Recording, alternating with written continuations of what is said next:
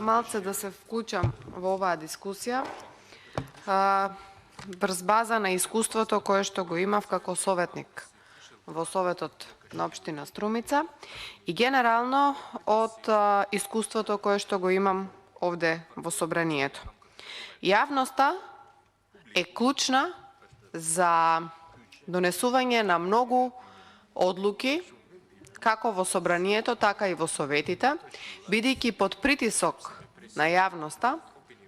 во одредени ситуации се спречува донесување на катастрофални решенија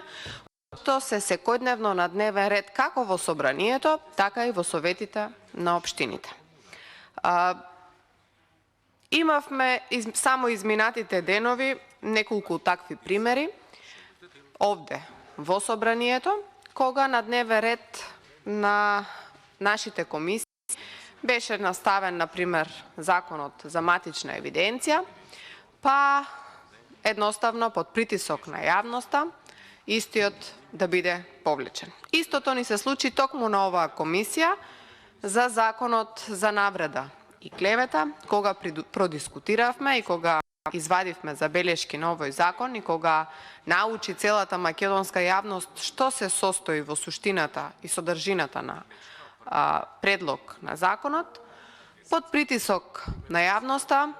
и овој предлог беше повлечен од страна на Министерството. Дали знаете ви колку одлуки секојдневно стигаат или барања стигаат до градоначалниците и бидејќи нема јавност и транспарентност, истите под притисок на некои други сили, да не кажам, носат одредени одлуки и даваат одредени мислења,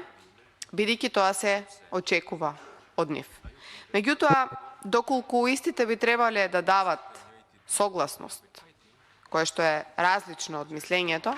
истите би се запрашале. Како што рече професорката, согласноста носи одговорност. И затоа ние да бидеме одговорни, да размислиме малце што значи да биде ставен, да биде дадена дозвола за детални геолошки истражувања на територијата на одредена општина, видиме дали граѓаните имаат одредена согласност во врска со таквите понатамошни истражувања и да направиме јавноста да слушне за сите вакви отпочнати постапки во сите општини. Реков дека сум била Советот на општина Струмица и би можела да речем дека таа е една од потранспарентните општини во Република Македонија, бидејќи имаше пренос на седниците, во исто време онлайн се одвиваат на Фејсбук и на страната на општината и можеа да ги слушнат нашите дискусии граѓаните. Генерално, само на тој начин може да се придобие одредено мислење и да слушнеме ние од граѓаните што мислат за еден таков проект. Затоа сметам дека еден ваков амандман треба да биде прифатлив, затоа што сите се повикуваме на одредена транспарентност и отчетност, меѓутоа таа транспарентност и отчетност во конкретниот случај е многу битна за оние кои што живеат во таа општина, оние кои што живеат на територијата на одредено населено место, заради тоа што такви геолошки истражувања генерално се вршат во одредени населени места кои што се оддалечени од градовите и граѓаните треба да слушнат дека на нивната територија најпрвин ќе почнат да се прават одредени детални истражувања. За да не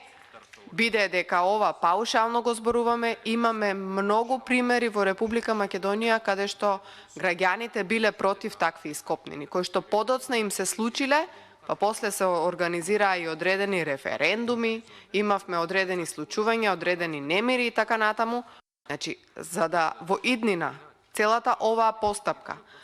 почне од добивање на согласност за геолошки истражувања со согласност, понатаму со добивање дозвола за работа и така натаму,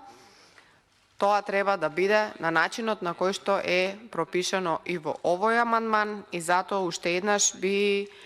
порачала на представниците од Министерството да размислат, а еве и на пратениците кои што се овде присутни од владеачкото мнозинство, веројатно доаѓаат од одредени општини, на чија што територија има вакви случувања и самите се свесни дека граѓаните бараат не само транспарентност,